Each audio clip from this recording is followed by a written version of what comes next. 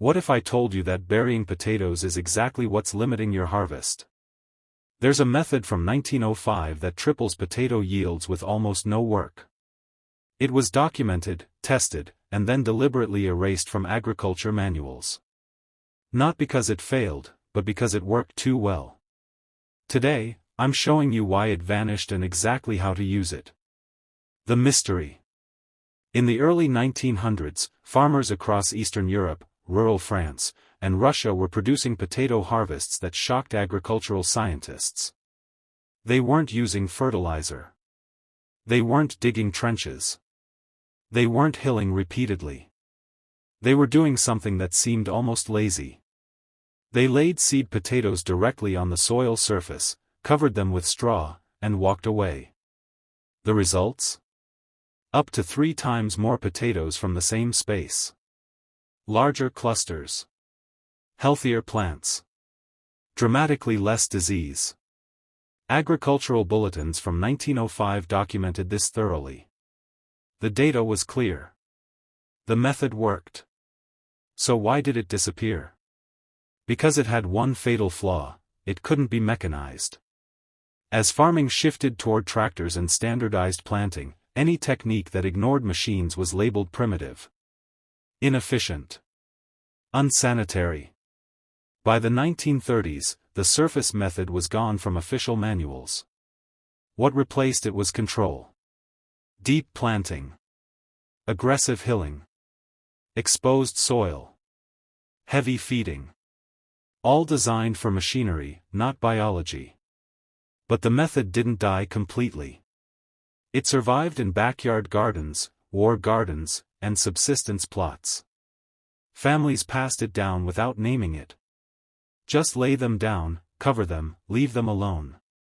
This wasn't laziness. It was an observation. The science. Here's what those early farmers understood that modern agriculture forgot. Potatoes didn't evolve to grow in compacted, disturbed soil. They evolved to form tubers in loose, cool, oxygen-rich layers. Like a forest floor. When you bury a potato deep and hill repeatedly, you're working against the plant's biology. You compress the soil. You cut off oxygen. You damage developing stolons every time you add more dirt. The 1905 method mimics natural conditions perfectly. Here's how it works. Step 1. Seed potatoes are placed directly on the soil surface. Not buried. The ground beneath stays completely undisturbed. Step 2. Cover them with 8 to 12 inches of straw, hay, dried leaves, or mixed organic matter. Not soil. Organic material. Step 3. As plants grow, add more layers on top. Keep building upward, not digging downward. This creates something completely different from traditional planting. The organic layers regulate temperature. They hold moisture without waterlogging. Oxygen penetrates freely. Most importantly, tubers form at multiple vertical levels. In traditional planting, you get one harvest zone. In the layered method, every new layer becomes a new opportunity for tuber formation. One seed potato can produce clusters at 3, 4, even 5 different levels. That's where the yield multiplies. And the benefits don't stop there. Colorado potato beetles struggle to locate plants under thick mulch. Soil-borne diseases fail without exposed, compacted ground. Blight spreads slower due to better airflow. Watering becomes nearly optional because mulch retains moisture so efficiently that drought stress almost disappears. Harvest is gentle. No digging. No spade damage. You simply pull back the layers and lift clean potatoes by hand. The suppression. So if this method was documented, tested, and proven effective, why was it erased? By the 1910s, agriculture wasn't just about feeding families. It was about feeding markets. Machines required uniform planting depth. Uniform depth required bare soil. Bare soil required fertilizer. Fertilizer required factories. The surface method broke this entire chain. It eliminated repeated hilling, a major labor metric that justified equipment sales. It reduced fertilizer demand dramatically because organic matter provided nutrients. It made yields unpredictable in size but massive in volume. Worst of all, it looked messy. Agricultural authorities didn't ban it. They simply stopped teaching it. They labeled it inefficient, not because of data, but because it didn't fit their models. During World War I and II, the method briefly returned. Straw-grown potatoes fed villages when fuel and labor were scarce. After the wars, it vanished again. Post-war agriculture demanded speed, predictability, and visual uniformity. Potatoes became products, not food. Even home gardeners were discouraged. Magazines warned of rodents, fungus, and rot. Yet field trials repeatedly showed lower disease rates when airflow and microbial life were preserved.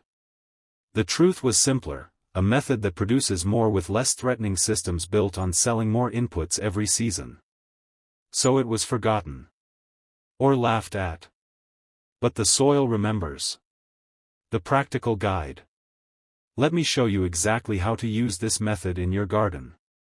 You need carbon-rich organic matter. Straw is ideal. Dried leaves work excellently. Old hay is good. Avoid fresh grass alone, it compacts. Timing matters. Wait until soil warms to around 45 to 50 degrees Fahrenheit. This is typically after your last hard frost. Soil preparation is minimal. Don't dig. Don't till. If you have weeds, mow them short or lay down cardboard first. The surface should be relatively level. Now for placement. Lay your seed potatoes directly on the soil surface. Space them 12 to 18 inches apart.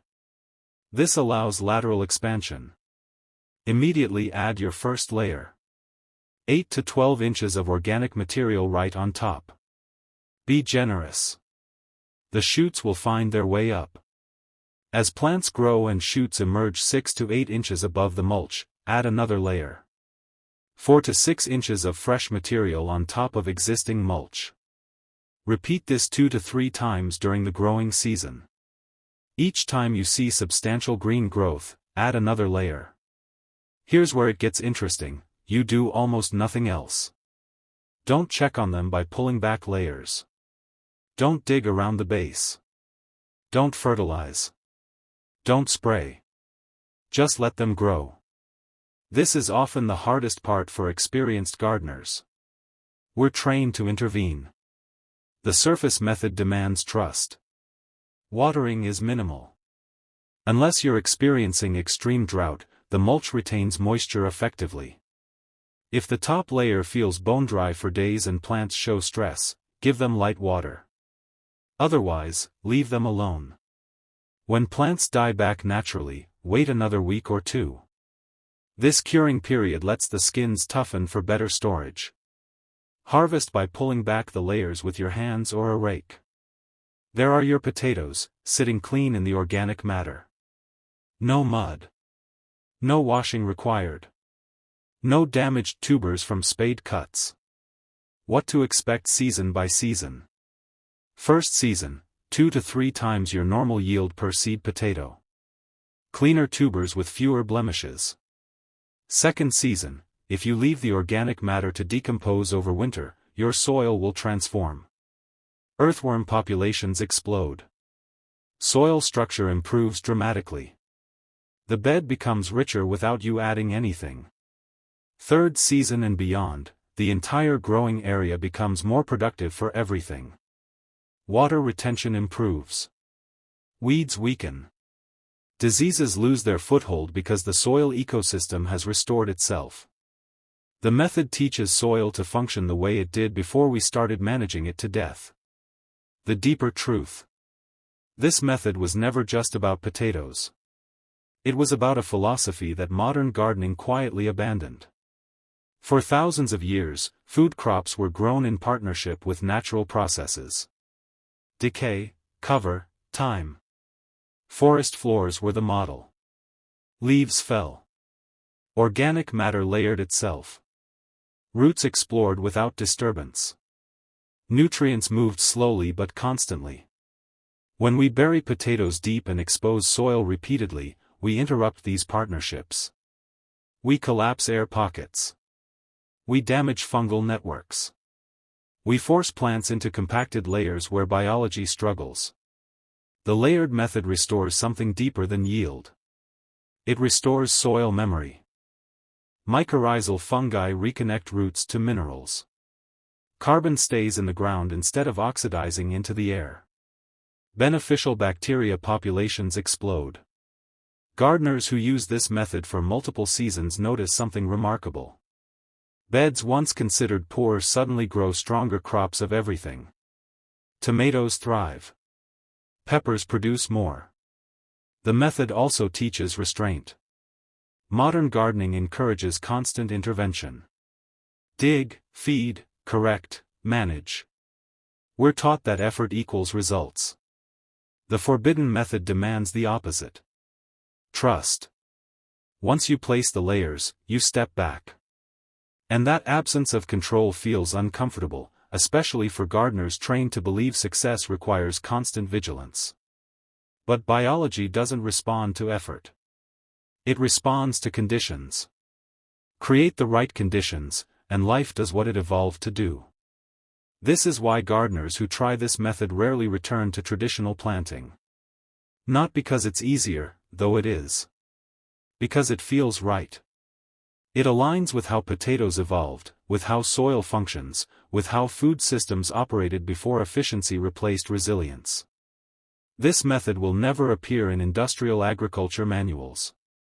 It can't be scaled to 1,000-acre operations. It can't be optimized for automated systems. It will never be patented, packaged, or sold as a product. No company can own it. No expert can gatekeep it. It can only be practiced by individuals and communities who value abundance over uniformity, resilience over predictability. And that makes it dangerous to forget and powerful to remember. The forbidden potato method isn't a trick. It's not a shortcut to cheat natural systems. It's a reminder that abundance was never engineered. It was never invented in laboratories or designed by experts. It was layered. Slowly. Naturally. By people who watched, learned, and worked with biology instead of against it. If you try this method this season, I want to hear about your results. What surprised you? What challenged you? And if you know someone struggling with potato yields, breaking their back hilling every few weeks, fighting disease pressure season after season, share this with them. Some knowledge survives because it's too valuable to lose. Some methods persist because they work better than anything that replaced them. The 1905 surface method is both. Plant less. Layer more. Trust the soil. And watch what happens when you stop fighting biology and start feeding it instead. The potatoes remember. The soil remembers. Now you remember too.